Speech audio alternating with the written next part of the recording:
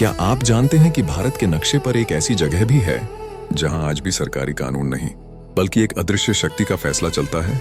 हम बात कर रहे हैं कर्नाटक के उन घने जंगलों की जहां पांजुर्ली और गुलिका देव की हुकूमत चलती है। ये कोई कहानी नहीं बल्कि वहां की मिट्टी की सच्चाई है।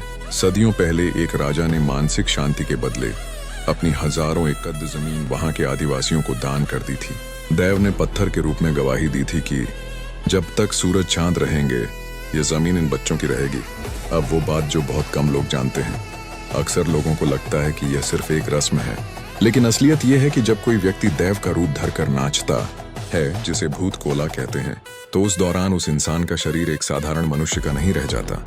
गवाह बताते हैं कि अनुष्ठान के दौरान नर्तक उबलता हुआ तेल अपने शरीर पर डाल लेता है, लेकिन उसे खरोंच तक नहीं आती। वह ऐसी प्राचीन भाषा पुरानी तुल्लू में बात करने लगता है जो उसने कभी सीखी ही नहीं। वह नर्तक अंधेरे में भी उन लोगों को पहचान लेता है जिन्होंने मन में कोई पाप छुपाया हो। एक बार राजा के एक वंशज ने लालच में आकर कोर्ट में केस कर दिया। उसने देव को चुनौती दी।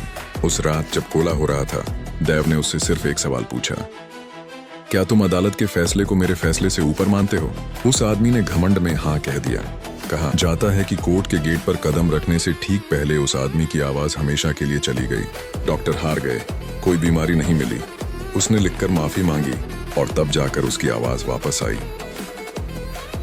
अगर आप उन जंगलों में जाएं, तो आपको कई जगह सीमा के पत्थर मिलेंगे। वहां के लोग आज भी अपनी जमीन का सौदा करने से पहले देव की अनुमति लेते हैं।